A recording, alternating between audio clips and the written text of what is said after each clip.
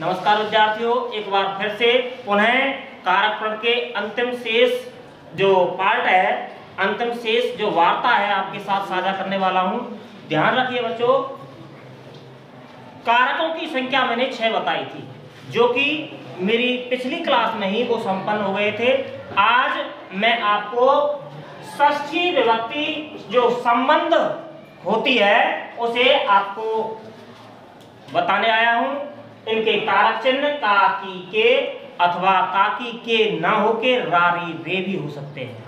ठीक है बेटा, अच्छी बात। अब ध्यान दीजिए बच्चों, सबसे पहले आपको इस विभक्ति का ज्ञान करने से पूर्व एक पहला सूत्र आता है आपका, और उसका नाम है षष्ठी शेष। ये जो शेष है, मान के चलिए यही विशेष है। इस शेष में ही बहुत कुछ विशेष बातें आपके लिए मैं बताने के लिए उपस्थित हुआ हूं। शेष का अर्थ समझाता हूं। पहले सामान्य आपके साथ वार्तालाप के द्वारा मैं समझाने का प्रयास करूंगा।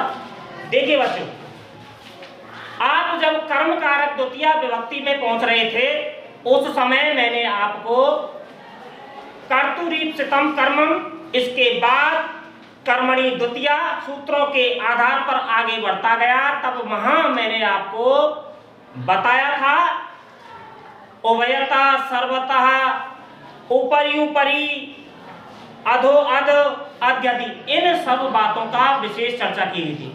कहने का भाव मेरा यह है बच्चों, ऊपरी ऊपरी यानी कहा था सबसे ऊपर, और अधो अध कहा था सबसे नीचे, अत्यधि कहा था मध्य में। इनकी चर्चा कर ली। क्या आप सोचेंगे क्या सबसे ऊपर ही सब कुछ है, सबसे नीचे ही सब कुछ है? कहने का मतलब ऐसे शब्दों का प्रयोग नहीं हुआ था कि ऊपर और नीचे, जैसे वृक्ष के ऊपर, भवन के नीचे, इस भवन के मध्य में, घर के मध्य में, इन सब की चर्चा आपके साथ नहीं हुई थी। कहने का मतलब मैं यही कहना चाहता हूं कि जो षष्ठी शेष होता है, वो शेष का मतलब होता है जो छूट गया है। क्या छूट गया है, किससे छूट गया है? कहने का भाव है कि कर्ता, कर्म, करण, संप्रदान, अपादान और अधिकरण कारकों से जो अवशिष्ट है, अर्थात ये भी बोल सकता हूं शेष है, जिसकी चर्चा नहीं हो पाई है, वह ही क्या माना है बच्चों? शेष मान लिया है। शेष, बचा हुआ, अपशिष्ट। कहने का मतलब ऊपरी ऊपरी की चर्चा कर ली, लेकिन ऊपर की चर्चा नहीं की। संसार के ऊपर ऊपर सूर्य है, तो क्या वृक्ष के ऊपर पत्ते, पक्षी, फल, फूल नहीं लगते? उसके लिए क्या क्या प्रयोग करें विभक्ति? उसके लिए कौन सी प्रकृति या नियम स्थापित करें? ऐसी स्थितियों के लिए जो कुछ बच गया है, किससे बच गया है? कर्ता, कारक, कर्म कारक, करण कारक, संप्रदान कारक, अपादान कारक और लास्ट में अधिकरण, इन 6 कर्ताओं से जो कुछ बच गया है, वह सब कुछ कहां आएगा? षष्ठी विभक्ति में आएगा। क्लियर, समझ में आया होगा? अब उसकी मैं चर्चा कर लेता हूं। षष्ठी शेष में क्या क्या बच गया है, तो सबसे पहले मैं आपको बता दूं कि इसका होता है नंबर 1, पहली बात, जन्य जनक संबंध। कौन सा? जन्य जनक संबंध। इसके बाद आता है आपका जन्य जनक संबंध के बाद में स्व स्वामी भाव संबंध। स्व स्वामी भाव संबंध। नंबर 3, स्वस्वामी भाव संबंध के बाद आता है कार्य कारण संबंध। कार्य कारण संबंध, स्व स्वामी भाव, जन्य जनक, कार्य कारण और अंशा अंशी। ये चौथा भी लिख देता हूं, इधर लिख देता हूं,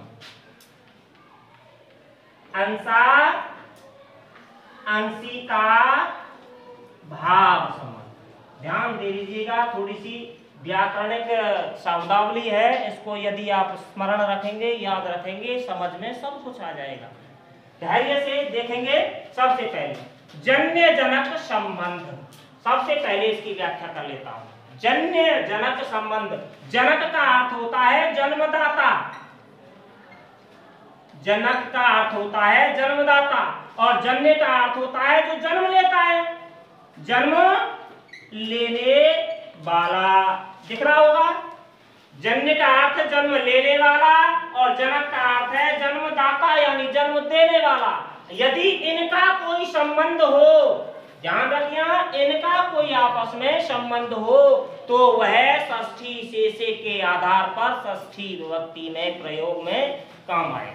जैसे कि मैं आपको इसके उदाहरण के माध्यम से बता देता हूं।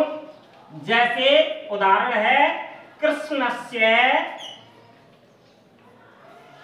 माता।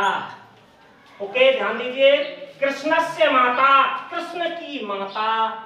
यहाँ एक जन्य है और एक जनक है। यहाँ जन्य कौन है और जनक कौन है, आप स्थिति देख रहे होंगे। माता कौन है, माता कौन है, जनक है। और ये कृष्ण है, ये कौन है, ये जन्य है। ऐसी स्थिति में भी षष्ठी शेषे के हिसाब से षष्ठी विभक्ति का प्रयोग किया गया है। पहली बात पूरी समझ में आई होगी। आगे चलता हूं, स्व स्वामी भाव संबंध। स्व और स्वामी भाव संबंध कहने का मतलब, स्वामी कौन होता है, जो मालिक होता है, स्वामी होता है, वो कौन होता है, स्वामी होता है। और स्व का अर्थ होता है उसका स्वयं का कोई आदमी, स्वयं का कोई पुरुष है, स्वयं का पुरुष। थोड़े छोटे अक्षर बना रहा हूं, शायद स्पष्ट नहीं देख रहे होंगे, लेकिन मैं यहाँ बोल के भी स्पष्ट कर रहा हूं इस बात को। यहाँ मैं कह दूं भृत्य, या फिर जिसे हम नौकर बोलते हैं, नौकर का और मालिक का संबंध, नौकर और मालिक। यहाँ मालिक कौन हुआ, स्वामी, और जो भृत्य या नौकर है वह स्वयं, यानी मालिक का स्वामी। तो जैसे इसका भी उदाहरण दे देता हूं, जैसे कि राज्ञः पुरुषः। क्लियर, समझ में आया होगा। राजा का, यहाँ षष्ठी लगी हुई है, राजा का पुरुष।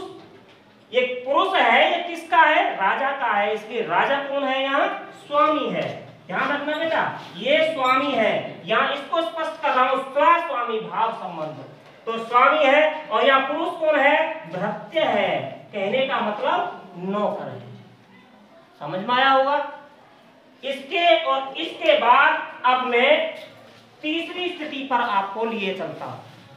तीसरी स्थिति है कार्य और कारण संबंध। कार्य का कारण से संबंध। कौन सी स्थिति आएगी जहां कार्य और कारण का संबंध बनता है। यहां उदाहरण कार्य कारण का दे देता हूं। जहां का ये यहां है और ये यहां, ये उदाहरण चल रहे हैं। जन्य जनक संबंध का उदाहरण इससे संबंध है, मैंने बता दिया।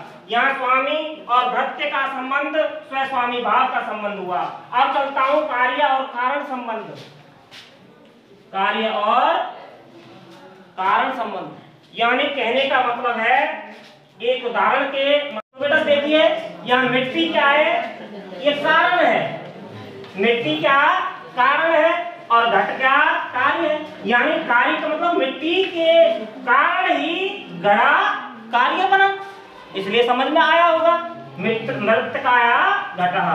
तो ये मैंने स्पष्ट किया, कार्य और कारण के संबंध के कारण भी षष्ठी विभक्ति का प्रयोग किया जाता है। तीनों स्पष्ट हो गए। अब होता है, मैं इसको और समझा देता हूं, अंशा अंशिका भाव। इस अंश यानी एक किसी वस्तु, व्यक्ति, स्थान या द्रव्य का दूसरा अंश, सूक्ष्म अंश रह जाता है, शेष रह जाता है, तो वहां भी षष्ठी विभक्ति का प्रयोग किया जाता है। जैसे कि मैं इसका उदाहरण दे देता हूं आपको, इधर लिख देता हूं। जैसे लिख दूं, जलस्य बिंदु। अर्थ क्या होता है बच्चों इसका? जल की बूंद। ये संपूर्ण जल का एक क्या है? अंश है। ये अंश, ये क्या हुआ? अंश, और ये क्या हुआ? अंशी। समझ में आया होगा स्पष्ट?